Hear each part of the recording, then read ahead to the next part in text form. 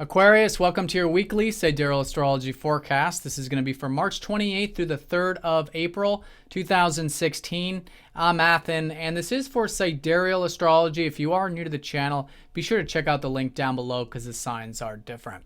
All right, so Aquarius, this is another important week as it has been in March with all these eclipses. Now, this part of the week is about implementing a lot of the insights that have been coming to us from last week. Last week, we had that lunar eclipse in Virgo, which was your 8th house of everything that's about the deep truth of life, about intimacy, about transformation, about deep connections, and most fundamentally, having a deep connection with yourself, with your inner self, with life. And it's a very, transformational, very spiritual part of the chart. So whatever's been coming to you in terms of improving your life, so it is more in alignment with what is truly meaningful to you, to where it does have that depth and that healthy intensity and intimacy there, then these are some things to implement this week. Now, this second house of yours is really getting emphasized this week with the Sun, Mercury, and Venus shifting into here. So there's a lot of prana I think you can gain right now by cultivating your sense of self-worth, maybe your values. It could be in the material level, maybe focusing on cultivating your material security or enjoying the simple pleasures of life, and really being grateful for what you have in life can give you that sense of prana, give you that sense of energy very strongly right now. You're probably thinking about this stuff, and it's a good week to practically work on how you can implement these values of yours in your life, and perhaps learn more about your sense of self-reliance and your sense of self-worth and these types of matters. And Venus is going in here as well, so you can actually enjoy it. You can enjoy those simple pleasures and values this week, and could have to do with the financial stuff as well. So there's a lot of things transforming though with it, and I do want to mention that. But as a backdrop, I think this is a good area you can enjoy, focus on, and learn more about. Now, there are a couple of things that are coming off of March, because as we approach April, there's a new type of energy. We are finishing up the exact degree orb of Jupiter squaring Saturn, and the South Node conjoining up to Chiron. So the key with this is that, first of all, with your ruler retrograde, Saturn recently went retrograde last week, so you guys are probably re-examining, rethinking the career stuff or the future orientation and legacy or public life, whatever it might be. And so it's a good week to continue to reflect on that, rehash, redo some of these things that you're building with this achievement-oriented area of your life. Now, Saturn is squaring up to Jupiter, suggesting that there is a constructive approach to be implemented with this life path, because the life path is shifting for you to meet more people, maybe form more one-to-one connections, and to establish and prolong existing ones as well. So there's a lot to learn about that. This is, in a reflective time with Jupiter retrograde here. But Saturn is saying, okay, but with patience, with persistence, both in the career level and also with the relationship stuff, and that can help ground and actualize a lot of these new beginnings.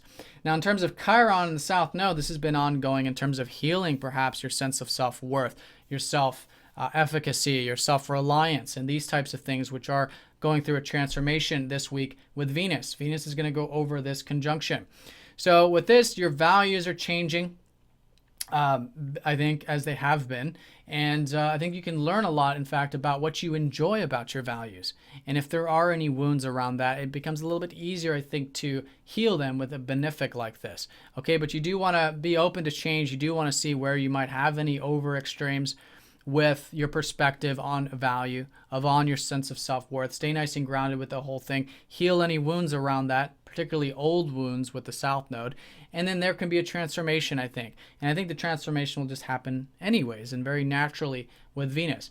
Now, this is also a transformation with your 4th house of home and family. There might be some things that you're healing with here, maybe with your health, and also with your adventurous spirit. I think it's good to heal anything in terms of your worldview, your life path, and your overall perspective of what life is truly about, so that you can enjoy, again, these simple pleasures and be grateful for what you do have in your life.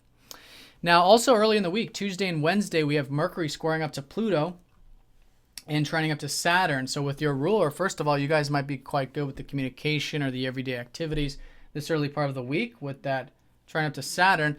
And also you do have a good grounded support too, to really take the mature approach to your values. Now, in terms of Pluto, there's been a lot of changes, I think, happening with either your ideals lately over many years, or maybe even groups or organizations you're a part of, and finding that non-attachment there, and hopefully compassion there and acceptance in that area of life. So that's going to be very important this week with that square up to Mercury, but also how you can bring in that non-attachment into the values, into the material stuff, or whatever it is that you're cultivating or working on here with that second house. So with that non-attachment comes a tremendous power, and that's a power of compassion, of understanding and acceptance in terms of how things unfold, because your second house is all about Pisces. It's all about having a non-attached perspective to your values in life and just allowing them to happen naturally. Of course, we are co-creators, and there is an element of free will that is very important with all this, but do remember that this is a big area for you, which is about surrendering to the divine process, and through that, then seeing where the river is taking you so that you can cultivate and work on this area. Now, that's going to be the early part of the week. Then a little bit later on Thursday, Mercury does go over Uranus, so this is all, again, about freedom. Your second house with Uranus here has been showing you that the material values are meant to be freeing, right? And so that can be freeing in terms of you cultivating them, or it can be freeing in terms of them not being bound to you or by you, or they're not binding you down anymore. So whatever that is, I think seeing that there can be a tremendous freedom in, again, connecting to the present moment and having faith and trust when it comes to your values, when it comes to your sense of self-worth and all of that, can be very liberating. So that's it for the major aspects. Over the weekend, we don't have anything going exact, but I do want to mention it. The moon will be in your 12th house, so I think it's a good weekend for perhaps some of that rest or reflection or meditative time out. But this is, again, all in the bigger picture, which is about this deeper area of life, this illumination and implementation in terms of where you can make change in your life so it is more meaningful, more deep, and more intimate for you personally. All right, Aquarius, so have an excellent week. Thanks for watching, and I'll see you guys all next week.